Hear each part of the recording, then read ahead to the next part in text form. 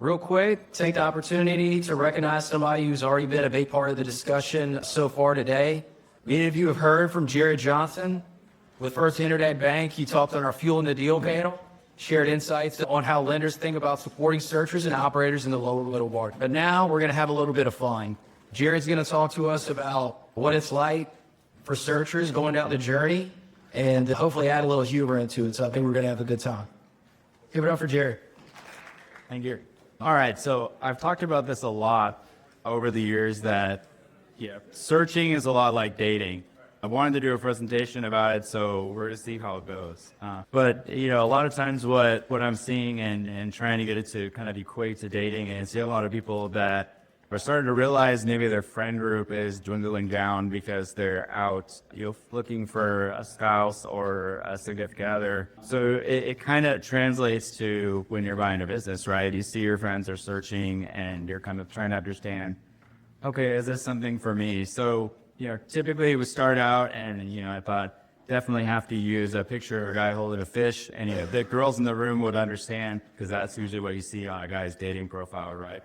As far as that's what ChatGPT told me, so I haven't had a date in a long time. But so basically, you start out your search same way you start out dating. You're very specific on what you're looking for. You're really excited. You make your dating profile with all the best photos that you've ever taken. You have a very narrow search criteria of what you're looking for, and you're really excited. You look good. You get your haircut, all that fun stuff, and you get out and you start dating.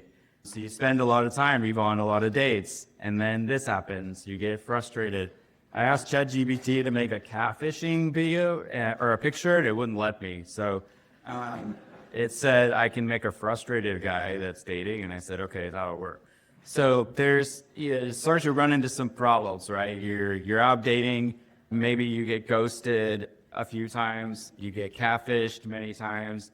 You start to realize that you're not finding the right person. And at the same time, your friends are finding their person. Your mom's still calling and saying, I need grandkids. What's going on here?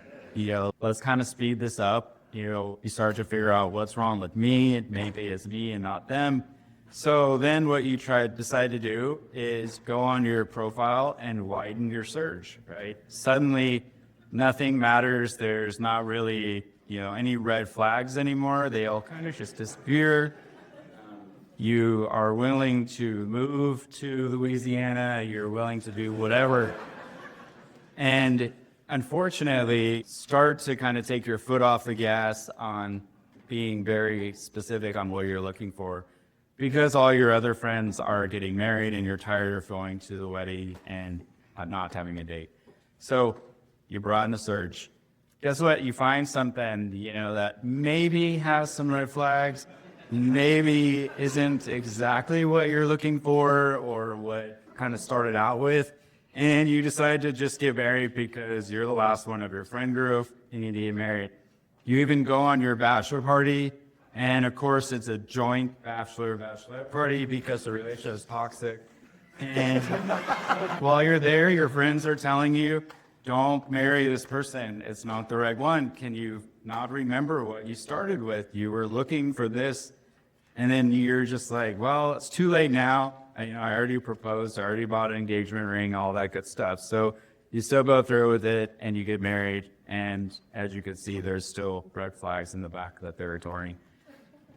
So here we end up, right?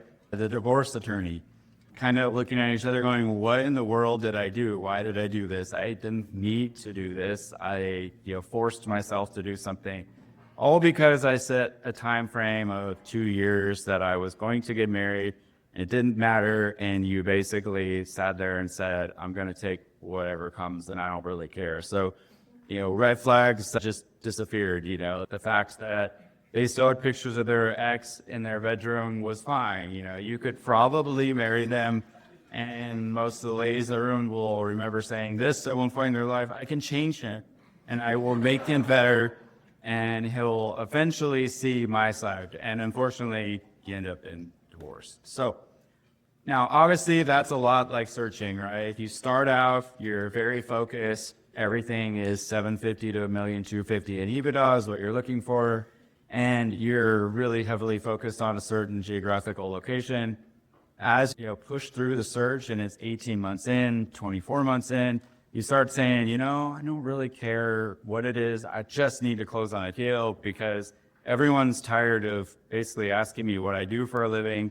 And I'm trying to explain it to them, and they're all kind of like, yeah, sure, you've been doing this for 2 years. Are you ever going to close? Maybe even your spouse is telling you, you need to do something, go back to work. So you just buy a company. And I see this all the time where I'm working with somebody. We start out, we're having some great deals to look at, and they just start seeing that a lot of what they're finding doesn't match the sim, or it gets picked up by someone else, and so on and so forth. Then all of a sudden they're sending me the deal, and I'm looking at it going, well, what are you doing? Like, we've talked about this for 2 years now. This is not what you should be buying. And sometimes it's really challenging, and they just don't listen, and they end up finding something else. And half the time I have to tell them, okay, well, I'm not going to do the deal because I know what you were looking for, and this doesn't really work. Stop trying to buy something just to buy something. So I came up with an acronym on how to avoid this, and it's DATE, so it's pretty easy to remember, right? So stay disciplined in your situation. So whatever you're actually looking for in your search when you start out is typically a reason for it, right? You're doing it because that's what you have experience in. That's an industry you're comfortable with. You have a certain amount of capital that works in that industry. You've got friends and maybe with family in that industry. And you're trying to stay in a certain location. Stay with it. It's never worth, going along in 2 years and then saying, forget it, I'm just going to go buy whatever because it's too late. Assemble your inner circle. I think that's probably the most important thing that you can do during your search. Find lenders, find investors, find attorneys, CPAs, other friends that have already gone through this, anybody that will keep you honest. So they're going to sit there, they're going to work with you. When you bring in these deals that you're interested in at month 18 because you're tired of searching, they're going to be the first one to say, no, you're not buying that. Move on, go back to your search. You just got to stick with it. It's going to work out. You need to make sure there's somebody that is not vested in the deal because they're going to look at it from their point of view. Whether you close or not, it doesn't make a difference to them. You need to really find people like that. They're going to keep you on track. They take your time. I've seen people search for 2 months and find a good deal and close. Yes, it does happen. But I've also seen people that take 2-3 years, and I work on their deal with them after that period. I'm like, oh my gosh, this is a great deal. Make sure that you close with it. But if try to do something that, they kind of stumbled upon after a year of searching about that, they're not going to be happy. So a lot of times you don't have the luxury of continuing to search for a really long time, but at least you didn't buy something that you should. Right. Last thing was evaluate carefully. So when you are looking at this stuff, make sure you're doing proper due diligence. Make sure you're having your circle work with you and spend the actual amount of time that's needed to really evaluate a deal before you move forward.